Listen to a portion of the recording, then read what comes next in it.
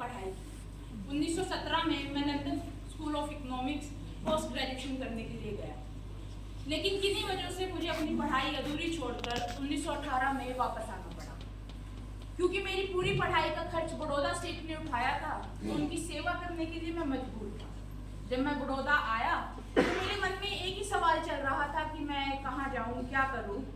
बड़ौदा में मेरे कई दोस्त थे जो अमेरिका पढ़ाई करने गए थे। क्या मैं उनके वहाँ जा सकता हूँ? क्या वो मेरा स्वागत करेंगे?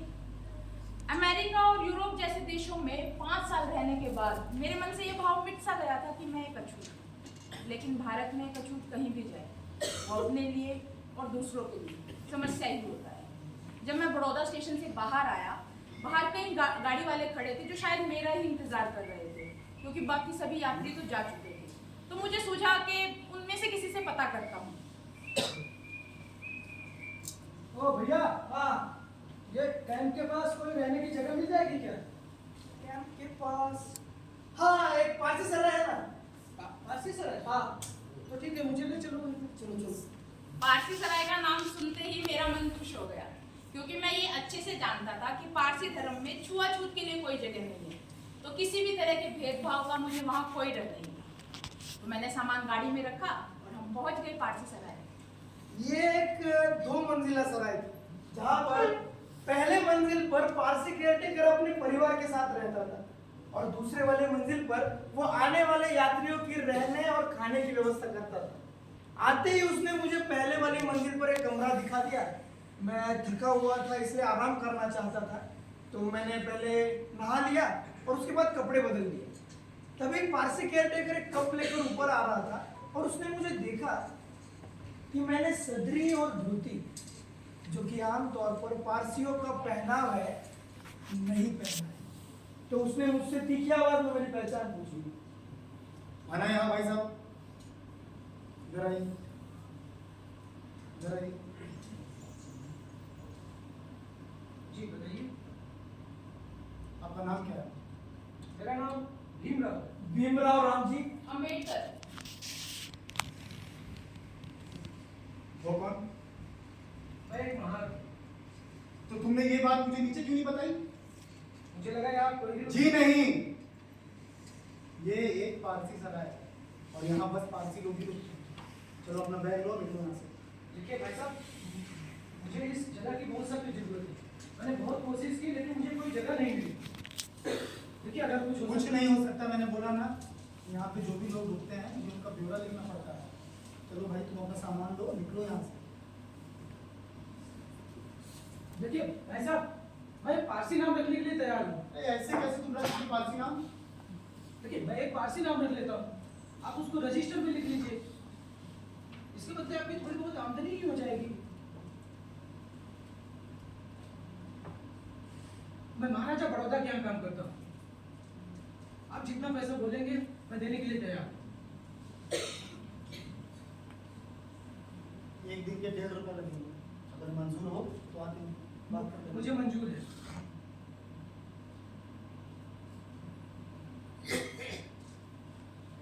किसी से कुछ भी यहाँ बोलने की जरूरत नहीं, बस अपने काम से काम रखना।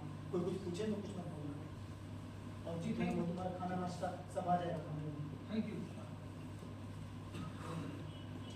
मैं खुश था कि मेरे रहने की समस्या का हल हो चुका था, लेकिन मैं ये नहीं जानता था कि ये खुशी बहुत क्षणिक होगी। इससे पहले कि मैं आपको इस पारसी सराय वाले किस्से का दुखद अंत बताऊं, मैं आपको बताना चाहूंगा कि मैं वहां किस हालत में रहा। सराय की दूसरी मंजिल पर एक कमरा था। कमरे से ही लगा हुआ एक स्नान घर था, जिसमें कि नल लगा हुआ था। इसके अलावा वहाँ एक बड़ा सा हॉल भी था। मैं जब तक रहा वह हॉल टूटी कुर्सियों और मेजों के कबाड़ से भरा रहता था। इन सब के बीच में मैं वहाँ अकेले रहता था। ऊपरी वाले हिस्से में कोई और व्यक्ति नहीं रहता था। केयर टेकर मेरे इस्तेमाल के लिए एक छोटा सा कप लेकर आता था, जिसमें कि चाय हुआ करती थी। करीब 9:30 बजे के आसपास वह सुबह का भोजन या कुछ खाने को लेकर आता था। और रात को तीसरी बार आता था, रात का खाना लेकर। मैंने ये गौर किया कि वह जब भी आता था मुझसे बात करने से कतराता था। वह तभी आता था जब बहुत जरूरत हो जाती है। ये दिन भी जैसे तैसे बीत लेता था ऑफिस में एक प्रशिक्षु के तौर पर नियुक्त किया गया। मैं ऑफिस जाने के लिए सराय 10 बजे छोड़ देता था और करीब रात को 8:30 बजे के आसपास वापस आता था। इस दौरान मैं अपना अधिक से अधिक समय अपने ऑफिस के दोस्तों के साथ व्यतीत करता था। सराय वापस लौटने के नाम से ही मुझे डर लगने लगा। मैं सराय सिर्फ इसलिए लौटता था क्योंकि इस खुले आकाश के नीचे कोई और ठिकाना नहीं था मेरे पास। ऐसा लगता था कि जैसे मुझे सजा मिली है। मैं किसी भी इंसान से बात करने के लिए डरता था। कोई भी इंसान न होने की वजह से मैंने किताबों से दोस्ती कर ली। मैं उन्हें पढ़ता गया। मैं पढ़ने में इतना डूब जाता था कि मैं अपनी तन्हाई ही भूल जाता था। लेकिन वहां उड़ते हुए चमगादड़ और उनकी चेंचें, जो कि वह हॉल ही उनका घर था, मुझे फिर से वही बात सोचने के लिए मजबूर कर देते थे जिसे मैं भूलने की कोशिश कर रहा था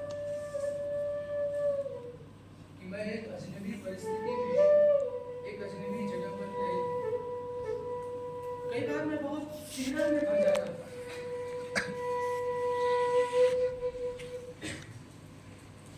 मुझे बहुत गुस्सा भी आता था, लेकिन मैं अपने गुस्से और दुख को इस प्रकार समझता था कि भले ही कोई जेल है, लेकिन रहने की जगह तो है। कोई जगह ना होने से अच्छा है कोई जगह होना। मेरी हालत इस तरह खराब थी कि मेरी बहन का लड़का मुंबई से मेरा बचा हुआ सामान लेकर आया और मेरी हालत देखकर जोर जोर से रोने लगा।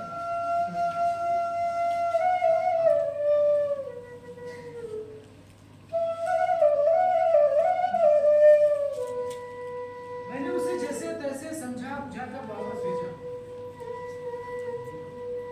इस तरह से मैं एक पारसी बनकर एक पारसी सराय में रहा करता था।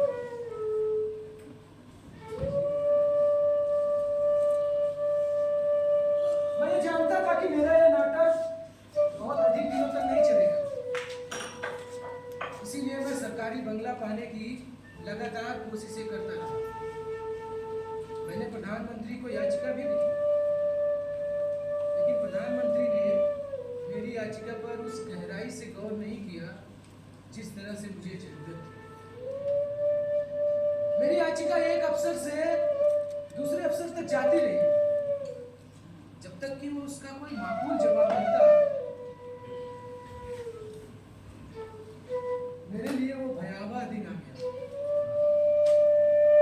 उस सराय में मेरा 11वां दिन था।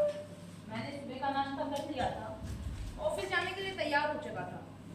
कुछ किताबें मैंने पिछली रात एक लाइब्रेरी से उधार ली थी, उन्हें ही समेटने में लगा हुआ था। तभी मैंने सीढ़ियों से कई सारे लोगों के आने की आवाज सुनी। मुझे लगा यात्री रुकने के लिए आए हैं। मैं उन्हें देखने के लिए खड़ा हुआ। तभी मैंने दर्जनों गुस्से से भरे पारसियों को अपनी ओर आते देखा। उन सभी के हाथों में डंडे थे और कुछ ही देर में वो मेरे कमरे में इकट्ठा हो गए और तुरंत ही उन्होंने मेरे ऊपर सवालों की बारिश कर दी। तुम कौन हो? या क्या कर रहे हो? बदमाश आदमी! पारसी सराय को गंदा कर दिया। मैं खामोश खड़ा रहा। मैं इस झूठ को सच नहीं बोल पाया। ये असल में एक धोखा था जो पकड़ा गया। ये बताओ कमरा कब तक खाली करोगे? मुझे एक हफ्ते की मोहलत दो। नहीं, अगर आज शाम तक तुमने कमरा खाली नहीं किया तो अंजाम बहुत बुरा होगा। चलो। उनके जाने के बाद मैं बड़बड़ाता रहा, फूट फूट के रोया।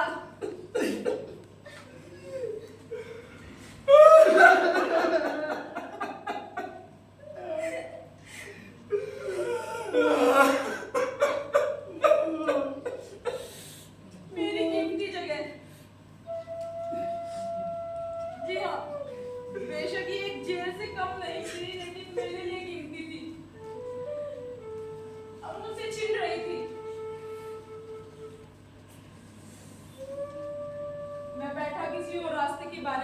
सोचने लगा।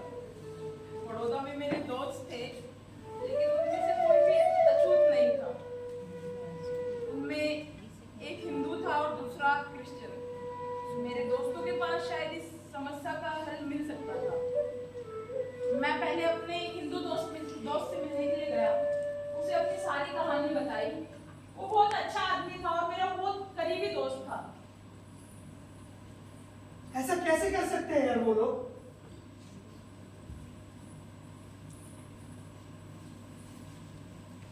लेकिन तुम मेरे घर पे अगर रहने के लिए आओगे तो मेरे नौकर काम करना छोड़ देंगे। मतलब मैं तुम्हें से मना नहीं करना चाहता, लेकिन तुम समझ सकते हो। मैं हिंदू दोस्त के घर से निकलने के बाद अपने क्रिश्चियन दोस्त से मिलने के लिए गया। दोस्त, मैं तुम्हारे यहाँ रुक सकता हूँ क्या? अरे बिल्कुल दोस्त, तुम मेरे इतने अच्छे मित्र हो, तुम कभी भी आके रहो मेरे घर। शुक्रिया। और मैं सामान ले आऊँ शाम को? शाम को? हाँ। अरे शाम से याद आया यार, आज ही शाम मेरी पत्नी बड़ौदा वापस आ रही है। एक बार मैं उससे पूछ कर बताता हूँ। मैं तुम्हें जल्दी बताता हूँ। मैं समझ गया कि एक चालाकी भरा जवाब है।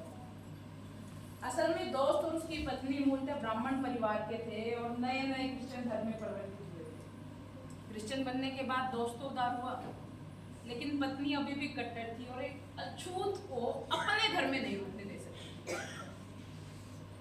मैं उसके घर से करीब 4 बजे निकला होगा। फिर से वही सवाल मेरे सामने खड़ा था कि मैं कहाँ जाऊँ, क्या करूँ।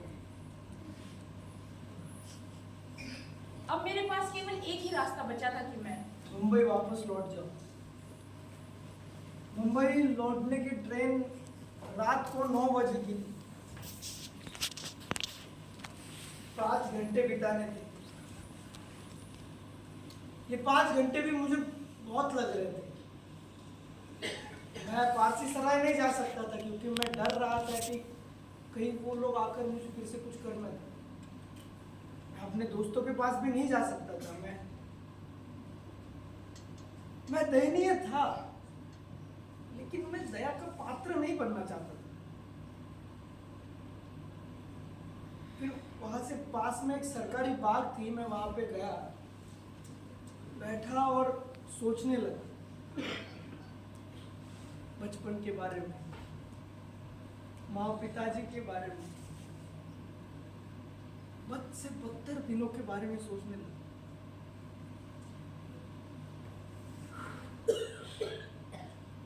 तकरीबन 8 बजे मैं वहां से निकला होऊंगा। फिर मैं पारसी सराय आया, अपना जो भी सामान था वो सब समेटा।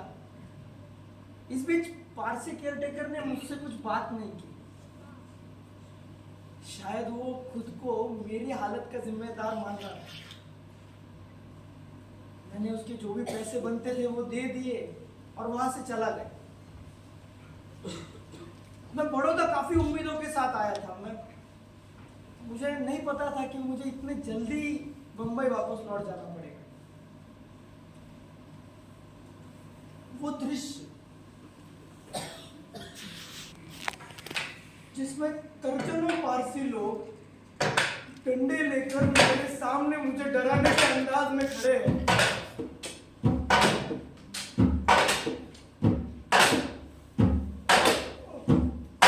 और मैं बेबीन नजरों से उनसे पैर की भीख मांग रहा हूं। आज भी धूमिल नहीं हो सकता। मैं आज भी उन्हें जैसे का तैसे याद कर सकता हूं।